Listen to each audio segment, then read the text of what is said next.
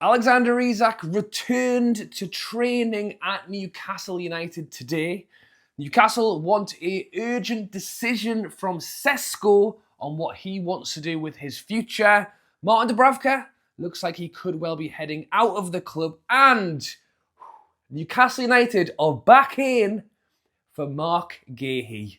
Yes, guys, how's it going? Welcome back to a new video. Hope you guys are all enjoying your start to the week, your Monday. If you are, be sure to drop a like and subscribe to the channel. Undoubtedly, it will be another very busy week in the world of Newcastle. And if you are enjoying these update videos, then be sure, as I say, to subscribe. Don't miss out on any future content. And we will start off this video talking about Alexander Isak making his first appearance at the training ground for some time. That's right, following the comments yesterday of Eddie Howe talking about, well, not directly talking about Alexander Isak, but it certainly felt that way, discussing the point of every player has to earn the right to play for Newcastle United. It's a privilege to play for Newcastle, and that players who act poorly cannot expect to walk straight back into the side.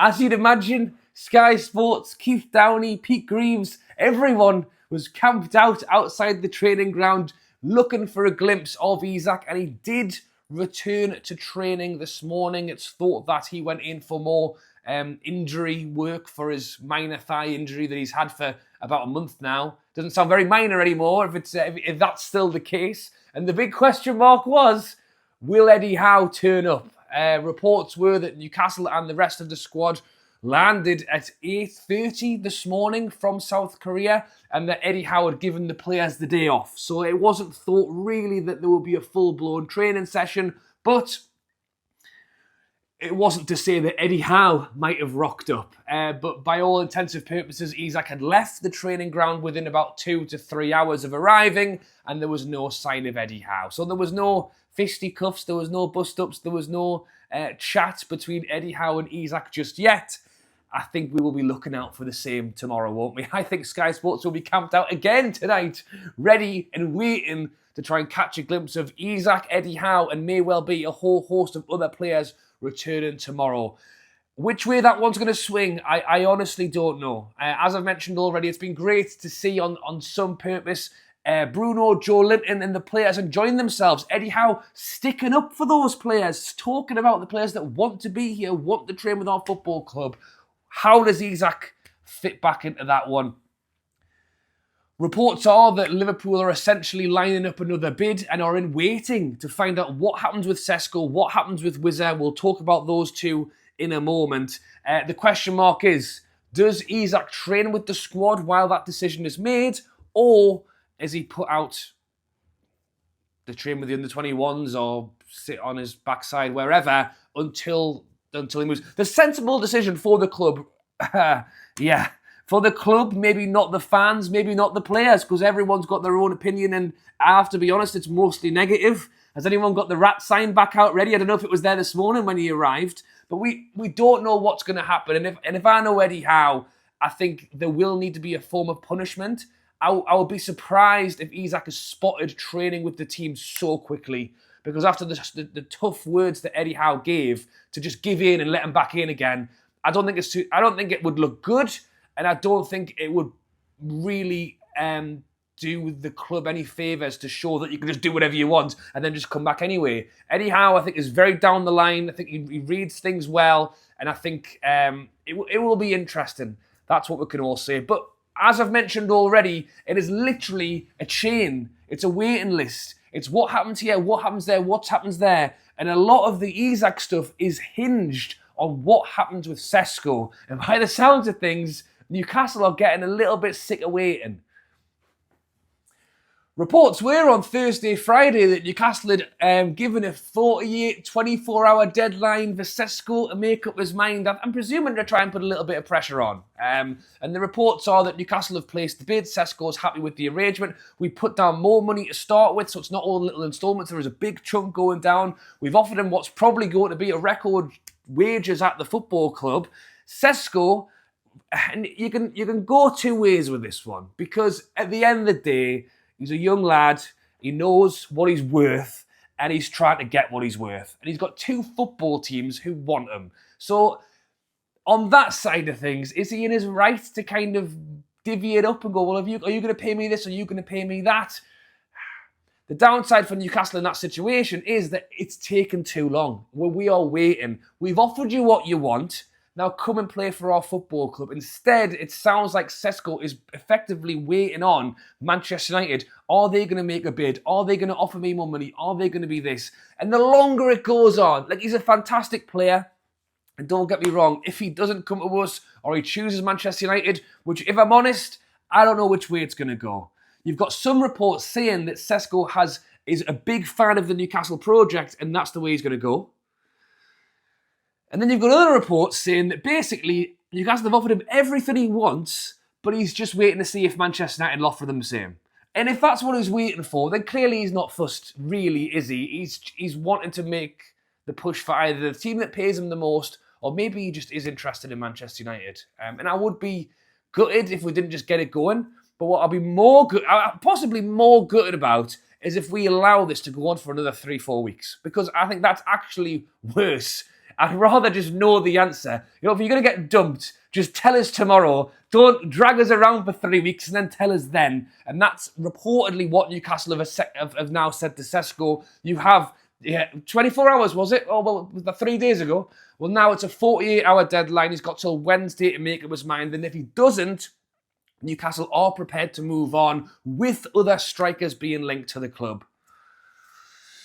Wizza is a player has been linked. He, again, get the signs down there for him. He's been throwing his rattle out the pram because he wants to move to Newcastle. Reports are that Brentford are now saying, okay, we are going to let you go. But similar to Newcastle with Isak, Sesko, Brentford aren't going to let Wizza go until they have a replacement as well. And they are also being linked to strikers to bring in. So I think that one will probably go through as Brentford hopefully bring in a replacement. But that isn't all we need. We need another player. And if it's not Sesko, Ramos is a name that's been hitting the headlines. The ex-Benfica, was it Benfica and then PSG? If you remember rightly, he was linked with Newcastle previously as well, back when he was at Benfica. So Eddie Howe really has got his list in his drawer. He's flicking back through the pages now from 3, 4, 5 windows ago. Well, he was a striker we were linked with.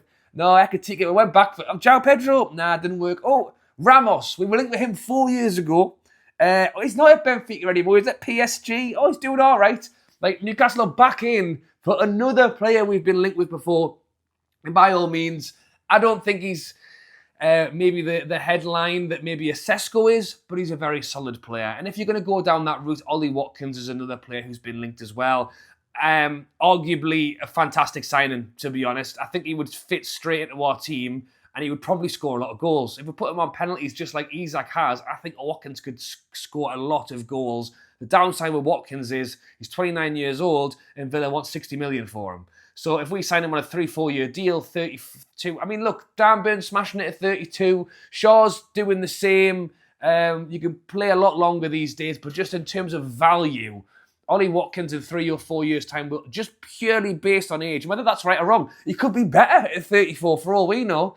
But based on the way it works, 60 million, we'll just lose money, basically. On a Cesco 60 million, you hope he's going to do an Isak and be worth 150 in 3 years' time. Watkins, it's very unlikely. And to go ahead and spend 40 million on Wizza, 60 million on Watkins, 100 million on 2 strikers that could potentially be worth nothing in 3 years' time is big. I think for the right now, I think Wizza and Watkins could actually be better than a Cesco who's young, who's going to come and adapt. They will hit the ground running. But in terms of like longevity, building up a player, the positive thing is that Newcastle are looking to try and make some progress here. Cesco's trying to get done. Wizza's trying to get done. We're trying to move players out as well. Because Martin Dubravka has been linked away this morning. That's right, Newcastle did announce Aaron Ramsdale, so now we're up to a total of 42 goalkeepers in the squad. And we are looking to let one go. Martin Dubravka has been linked to Burnley this afternoon. So what I think we should do is tell them we want 2 million more than they've offered, make them wait around for 3 years, and then maybe we'll sell it to someone else. Does that remind you of somebody else, Trafford? But yes, Martin Dubravka being linked to Burnley. I mean, it sounds good to me. You know, if Dubravka's up for it and fancies a move over there, still a Premier League side incoming, and go and give it a whirl. I don't know how Dubravka's feeling, to be honest, bearing in mind he was previously linked to go to Saudi Arabia for hodds and hodds of cash. We didn't let him leave, never played him again, and now we're sending him to Burnley. So, yeah, cheers, Dubravka. Have a nice time when you get there. We did get him a cup. You know, had he gone to Saudi, he would not have won himself, you know, a trophy in his career. Or, well, he may have won other trophies prior at Newcastle, I don't know. But yes, we got him some honours there. We got him a nice medal, even though he didn't play in the game.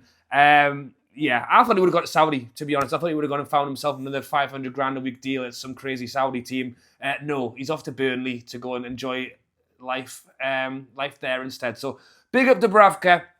But as I say, some positive news on the next one. It is another saga. It's a rabbit hole we've been down before, and it really burnt us. But there's so much talk on Isak. There's so much talk on strikers. We need centre midfielders. We went from 6 to 4.